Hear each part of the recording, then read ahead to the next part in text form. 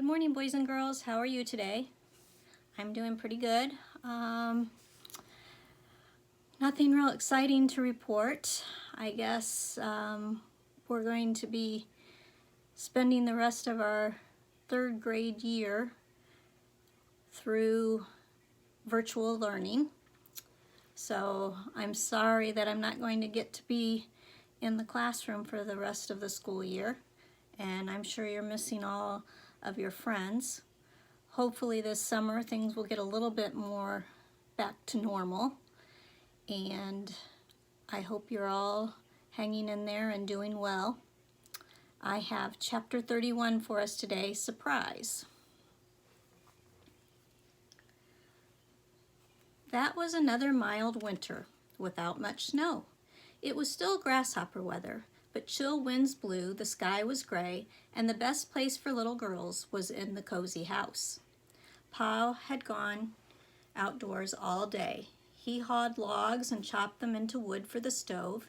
He followed frozen Plum Creek far upstream where nobody lived and set traps along the banks for muskrat and otter and mink. Every morning Laura and Mary studied their books and worked sums on the slate. Every afternoon Ma heard their lessons. She said they were good little scholars, and she was sure that when they went to school again, they would find they had kept up with their classes. So Laura and Mary are having school at home just like you are. Every Sunday they went to Sunday school. Laura saw Nellie Olson showing off her fur cape. She remembered what Nellie had said about Pa, and she burned hot inside. She knew that hot feeling was wicked. She knew she must forgive Nellie, or she would never be an angel. She thought hard about the pictures of beautiful angels in the big paper-covered Bible at home, but they wore long white nightgowns. Not one of them wore a fur cape. One happy Sunday was the Sunday when the Reverend Alden came from eastern Minnesota to preach in this western church. He preached for a long time while Laura looked at his soft blue eyes and watched his beard wagging. She hoped he would speak to her after church, and he did. "Here are my little country girls, Mary and Laura," he said. He remembered their names. Laura was wearing her new dress that day. The skirt was long enough, and the sleeves were long too. They made her coat sleeves look shorter than ever, but the red braid on the cuffs was pretty. "What a pretty new dress, Laura," the Reverend Alden said. Laura almost forgave Nellie Olson that day. Then came Sundays when the Reverend Alden stayed at his own far church, and in Sunday school Nellie Olson turned up her nose at Laura and flounced her shoulders under the fur cape. Hot wickedness boiled up in Laura again. One afternoon Ma said there would be no lessons because they must all get ready to go to town that night. Laura and Mary were astonished. "But we never go to town at night," Mary said. "There must always be a first time," said Ma. "But why must there be, Ma?" Laura asked. "Why are we going to town at night?" "It's a surprise," said Ma. "Now no more questions. We must all take baths and be our very nicest." In the middle of the week, Ma brought in the wash tub and heated water for Mary's bath, then again for Laura's bath, and again for Carrie's. There had never been such scrubbing and scampering, such a changing of fresh drawers and petticoats, such brushing of shoes and braiding of hair and tying on of hair ribbons. There had never been such a wondering. Supper was early. After supper, Pa bathed in the bedroom. Laura and Mary put on their new dresses. They knew better than to ask any more questions, but they wondered and whispered together. The wagon box was full of clean hay. Pa put Mary and Laura in it and wrapped blankets around them. He climbed to the seat beside Ma and drove away toward town. The stars were small and frosty in the dark sky. The horses' feet clippity-clopped, and the wagon rattled over the hard ground. Pa heard something else. "Whoa," he said, pulling up the reins. Sam and David stopped.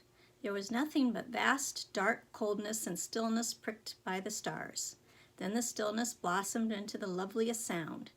Two clear notes sounded, and sounded again and again. No one moved. Only Sam and David tinkled their bits together and breathed. Those two notes went on, full and loud, soft and low. They seemed to be the stars singing. "Too soon," Ma murmured. "We'd better be getting on, Charles."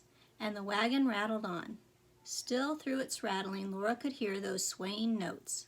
"Oh, Pa, what is it?" she asked, and Pa said, "It's the new church bell, Laura." It was for this that Pa had worn his old patched boots. The town seemed asleep. The stores were dark as Pa drove past them. Then Laura exclaimed, "Oh, look at the church! How pretty the church is!" The church was full of light. Light spilled out from all its windows and ran out into the darkness from the door when it opened to let someone in. Laura almost jumped out from under the blankets before she remembered that she must never stand up in the wagon when the horses were going. Pa drove to the church steps and helped them all out. He told them to go in, but they waited in the cold until he had covered Sam and David with their blankets. Then he came and they all went into the church together.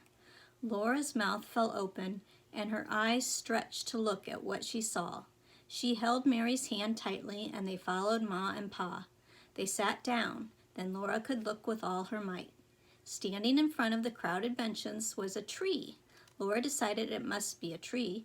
She could see its trunk and branches, but she had never before seen such a tree. Where leaves would be in summer, there were clusters and streamers of thin green paper. Thick among them hung little sacks made of pink mosquito bar. Laura was almost sure that she could see candy in them.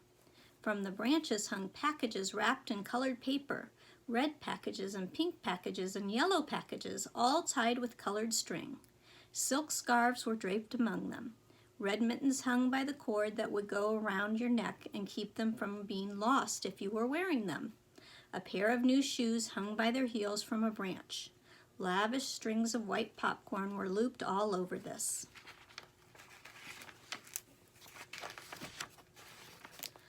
Under the tree and leaning against it were all kinds of things. Laura saw a crinkly bright washboard, a wooden tub, a churn and dasher, a sled made of new boards, a shovel, a long-handled pitchfork. Laura was too excited to speak. She squeezed Mary's hand tighter and tighter, and she looked up at Ma, wanting so much to know what that was. Ma smiled down at her and answered, "That is a Christmas tree, girls. Do you think it's pretty?" They could not answer. They nodded while they kept on looking at that wonderful tree. They were hardly even surprised to know that this was Christmas, though they had not expected Christmas yet because there was not enough snow. Just then Laura saw the most wonderful thing of all. From a far branch of that tree hung a little fur cape and a muff to match. The Reverend Alden was there. He preached about Christmas, but Laura was looking at that tree, and she could not hear what he said. Everyone stood up to sing, and Laura stood up, but she could not sing. Not a sound would come out of her throat. In the whole world there wouldn't be a store so wonderful to look at as that tree. After the singing, Mr. Tower and Mr. Beetle began taking things off it and reading out names. Mrs. Tower and Miss Beetle brought those things down past the benches and gave them to the person whose name was on them. Everything on that tree was a Christmas present for somebody. When Laura knew that, the lamps and people and voices and even the tree began to whirl. They whirled faster, noisier, and more excited. Someone gave her a pink mosquito bar bag. It did have candy in it and a big popcorn ball. Mary had one too. So did Carrie. Every girl and boy had one. Then Mary had a pair of blue mittens. Then Laura had a red pair. Ma opened a big package and there was a warm, big brown and red plaid shawl for her. Pa got a woolly muffler. Then Carrie had a rag doll with a china head. She screamed for joy. Through the laughing and talking and rustling of papers, Mr. Beetle and Mr. Tower went on shouting names. The little fur cape and muff still hung on the tree, and Laura wanted them. She wanted to look at them as long as she could.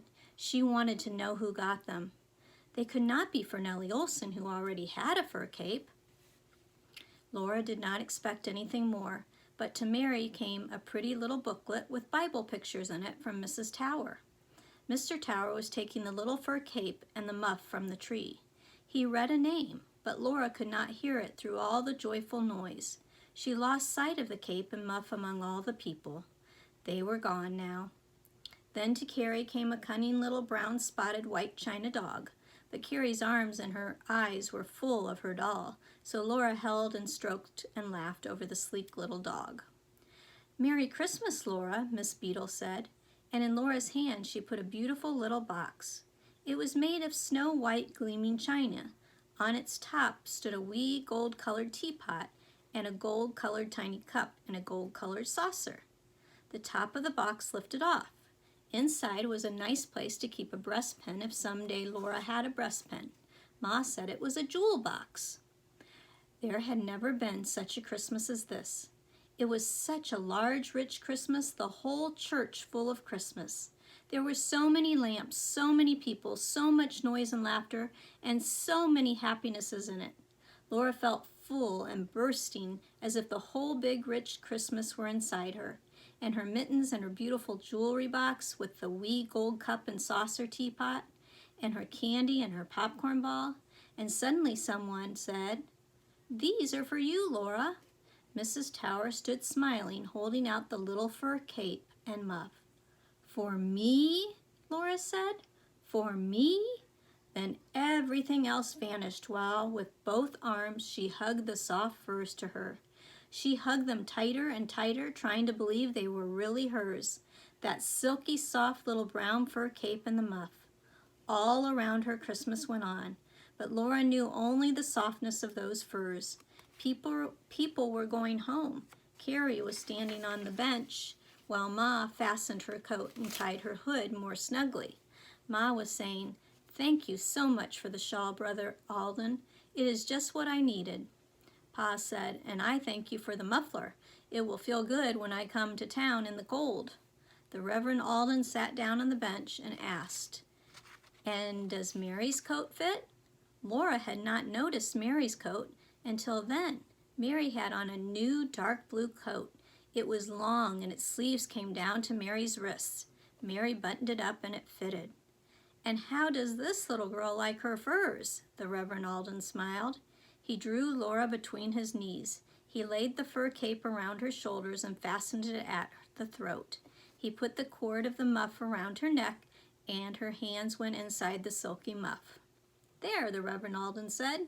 "Now my little country girls will be warm when they come to Sunday school."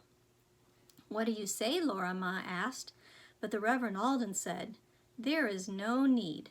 The way her eyes are shining is enough." Laura could not speak. The golden brown fur cuddled her neck and softly hugged her shoulders. Down her front it hid the threadbare fastenings of her coat. The muff came far up her wrists and hid the shortness of her coat sleeves. "She's a little brown bird with red trimmings," the Reverend Alden said. Then Laura laughed. It was true. Her hair and her coat, her dress, and the wonderful furs were brown. Her hood and mittens and the braid on her dress were red. "I'll tell my church people back east about our little brown bird," said the Reverend Alden. "You see, when I told them about our church out here, they said they must send a box for the Christmas tree. They all gave things they had. The little girls who sent your furs and Mary's coat needed larger ones." "Thank you, sir," said Laura. "And please, sir, tell them thank you, too." For when she could speak, her manners were as nice as Mary's. Then they all said good night and Merry Christmas to the Reverend Alden. Mary was so beautiful in her Christmas coat. Carrie was so pretty on Pa's arm. Pa and Ma were smiling so happily, and Laura was all gladness. Mr. and Mrs. Olson were going home too. Mr. Olson's arms were full of things, and so were Nellie's and Willie's. No wickedness boiled up in Laura now. She only felt a little bit of mean gladness. "Merry Christmas, Nellie," Laura said. Nellie stared while Laura walked quietly on with her hands snuggled deep in the soft muff. Her cape was prettier than Nellie's, and Nellie had no muff. All right, that was a nice chapter. Our next chapter is called Chapter 32, Grasshoppers Walking. Have a great day, boys and girls. I'll see you later.